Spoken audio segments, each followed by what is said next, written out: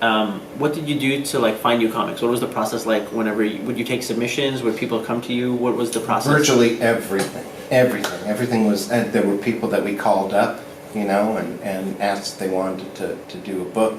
People like Keith Giffen, for example, that we had known for a while. There were people that, I remember at Chicago Comic-Con one year, there was the Hyatt, there was this small little escalator. I'm going up the escalator and there's this very tall, large guy with really long blonde hair, and he turns around, "Oh, Jim Valentino, I'm Joseph Michael Linsner." I was like, "Hey, do a book for us, man." It's like, "Oh, you're kidding." Like, "No, love your work." It was like, we got submissions through the mail, from people that, just blind submissions. I can't remember who, but we got them. There were other people that called up, like Brian Bendis, it was just everything, and from everywhere that you could imagine. People that recommended it to us. I remember John Romita Jr. came up to me at one time and said that he was thinking about doing an independent book. And he said he talked to Joe Quesada, and Joe Quesada said, "Go talk to Jim." So, it's stuff like that happened. Yeah, it's a small industry. It really is a small industry of people who want to work in comics and find a way to make it happen. Yeah, pretty much. You're credited with bringing in a lot, and I mean a lot of great creators in comics, like Jim Mafood, Brian Michael Bendis, Curtis Weeb, Robert Kirkman, Eric Stevenson, Riley Rossmo, Joshua Williamson, and that's just some of them. Yeah. What can you attribute your success to finding all these great creators and have them come through you for their first kind of published work, or? Dumb luck. I don't know. I look for people that have a unique voice, that have something to say, that are interesting on one level or another, that bring interesting ideas and are able to fully realize them.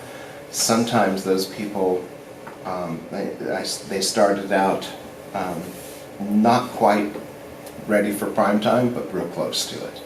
And all they needed was some encouragement and to allow them to develop. Kirkman had done, 4 or 5 books for us before Walking Dead. Yeah. Before Walking Dead started to take off. So it was a matter of just, I know this guy's got it. He's just looking for the right vehicle. The same thing with Curtis Weeb. It was just a matter of, he's got it. He's got something there, but he just hasn't found the right vehicle to get across. And then he did Rat Queens, which got him across, and Kirkman did Walking Dead, and Invincible started rising as a result of Walking Dead.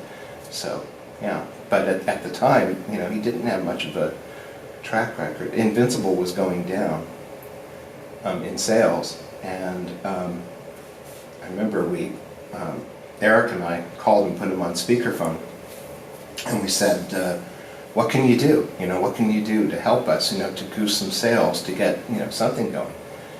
And he said, "Well, I got this idea for issue 25. And we were like, "Okay, what?" And he said that in issue 25 it was going to be revealed that Invincible's father wasn't Superman, but he was actually the first of an alien invasion force. And we were like, "That's great! Do that!" So cool. Yeah. I said, when's the earliest you could do that? He goes, "Well, I don't want to do it till issue 25. I'm like, no, Robert, you're not going to make it to issue 25. Do that as quickly as possible." So he did it in issue 8, and the sales just started spiking up immediately as a result of it. It was so cool because as a fan reading Invincible, it was kind of like Invincible was able to come into his own at that point. He kind of stood his ground and said, "Listen, I'm not going to join you," and it's something that was so cool and so powerful.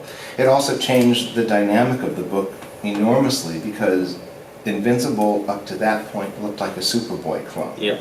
And after that, that turned that whole milieu on its head completely. And you knew he was coming back, and it was gonna end in a fun way. Yeah.